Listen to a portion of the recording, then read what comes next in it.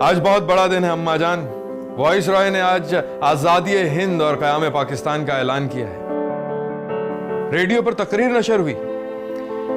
नेहरू ने भी बादल नाखास्ता इस बात को तस्लीम किया कि अब तकसीम ही इकलौता हल है।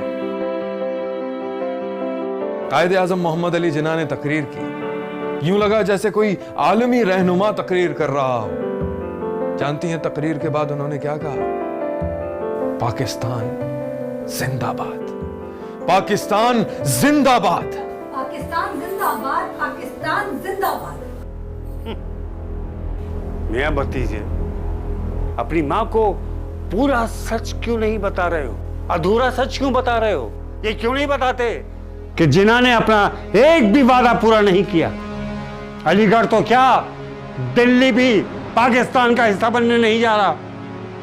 कटी पिटी रियासत दे दी है जिन्ना को, जो किसी वक्त भी दोबारा हिंदुस्तान में शामिल हो जाएगी।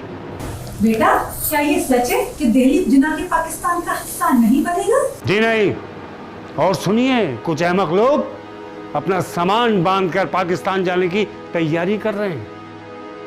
भला कोई अपने आबाई घर छोड़कर जाता है? कोई अपने अजदाद की कब्रों को छोड़ के जाता है?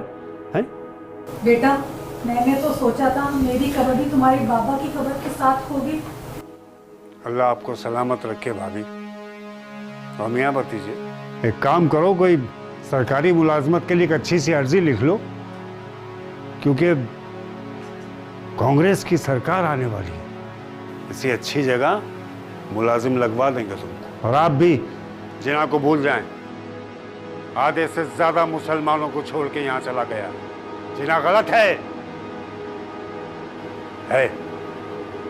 जिन्ना गलत है।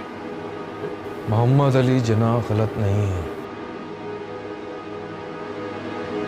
नहीं है वो गलत।